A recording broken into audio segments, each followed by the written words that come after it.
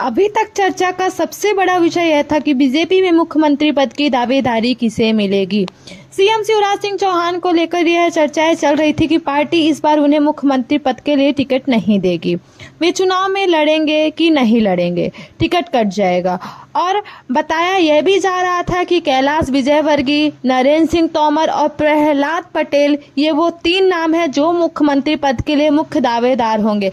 लेकिन जैसे ही बीजेपी की चौथी सूची जारी हुई, वैसे ही सारे पासे पलट गए। उसमें मध्य प्रदेश के सबसे बड़े चेहरे शिवराज सिंह चौहान का नाम आया।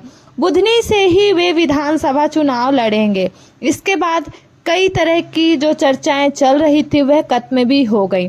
मगर सबसे बड़ा प्रश्न यह है कि जिन शहरों में भाजपा यह दावा कर रही थी कि इन्हें एक खास क्षेत्र की जिम्मेदारी रहेगी, जैसा कि जब केंद्रीय मंत्री अमित शाह मध्य प्रदेश में लगातार मीटिंग ले रहे थे तो उसमें भी यह बात कहते थे, कैलाश विजयवर्गीय पर मालवा निर्माण की जिम्मेदारी है, नरेंद्र सिंह तोमर पर ग्वालियर अंचल की जिम्मेदारी है।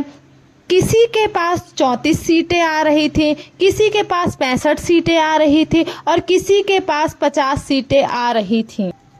इन सीटों की जिम्मेदारी इन पर रहेगी और यहाँ से जो ज्यादा जीत कर लाएगा उसे ही फिर मुख्यमंत्री पद का मुख्य दावेदार माना जाएगा। मगर अब चौथी सूची जारी होते ही, टिकट का ऐलान होते ही सारा दृश्य ही बदल गया।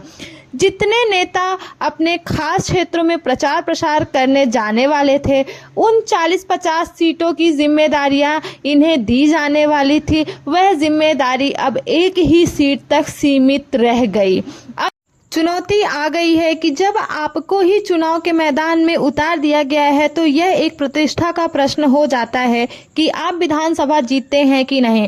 सोचने का सवाल यह है कि अगर इतने हाई प्रोफाइल नेता चुनाव हार जाते हैं तो उनके लिए एक दाग हो जाता है कि आप एक विधानसभा नहीं जीत पाए, 65 सीट कैसे जीतते।